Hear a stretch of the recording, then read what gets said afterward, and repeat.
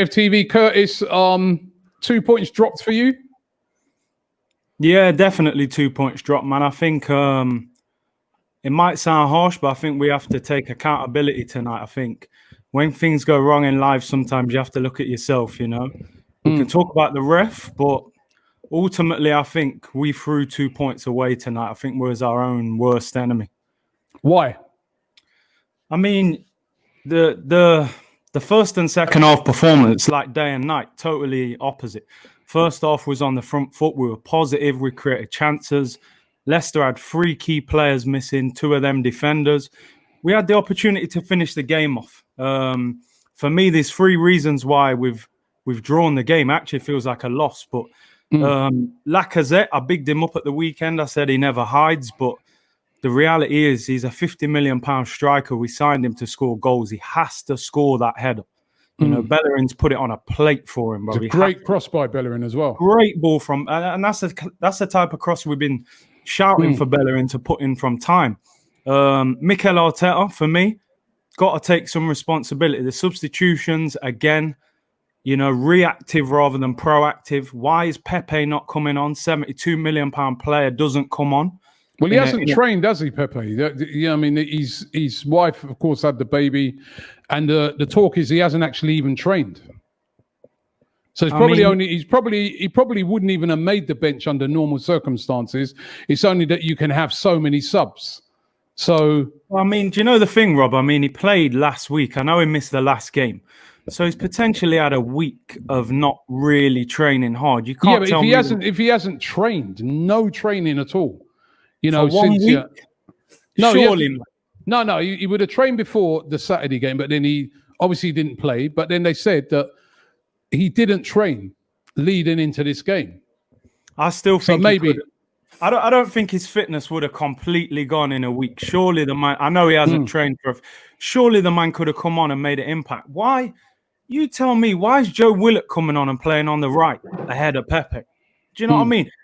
Like, look, I know it's easy to talk after the fact. Eddie came on, you know, we're all going to sound like experts now and say that. But, you know, for me, I don't understand why Eddie is the go-to substitution. Like, why is he the guy, we need a change, Eddie's coming on? This is a guy who 4 or 5 months ago was on the bench for Leeds United. And now we're expecting him to carry Arsenal into a European spot. To me, no disrespect to Eddie, I'm all about the youngsters playing.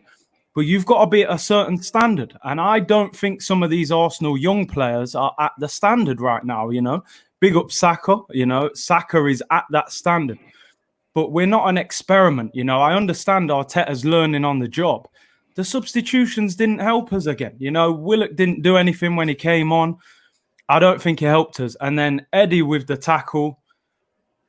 For me, it's 100% a red card all day long. It doesn't matter whether there's intent there or not. If you go in with your studs up and you catch the player on his leg, it's a red card. You know, it's like Aubameyang last year at Crystal Palace. You know, he went in with the studs up, caught the guy on the ankle. This was shin high, you know, on the back of the man's calf. So for me, you know, we threw away 2 points today. And games like this are the reason why we are where we are in the league. And as a fan base, you know, we have to look at it. They're talking about giving Mustafi a new contract. Mustafi's not good enough to be at Arsenal. Yeah, he's had a decent run of form since Arteta's come in, but is that where our standards are at? David Luiz, new contract. We're rewarding mediocrity, and that's the problem. Would these guys get new contracts at other clubs in the top 4? I don't think they would. So to me, that feels like a loss, and you know, we got to take responsibility. I think I want to big up Aubameyang, 20 league goals. I think for any top striker in the Premier League, that's the target. I don't know how this guy's scoring 20 goals playing left wing and, you know, all these sorts of things. The creativity ain't great, you know, but it was disappointing. The one thing I enjoyed in the first half, though, was the ball from Ceballos into Saka. Now, that was a real, like, Fabregas, Cazorla kind of ball. He's really lifted his game, but we got a big game at the weekend, man. You know, we went from can we get 5th, potentially 4th, to you're thinking if we lose the next couple of games, the teams behind us are chasing us. So, you know, we need to go and beat Tottenham at the Lane, man. There's a lot riding on that game. All right. Nice one, man. Bless, Thanks. brother. Cool.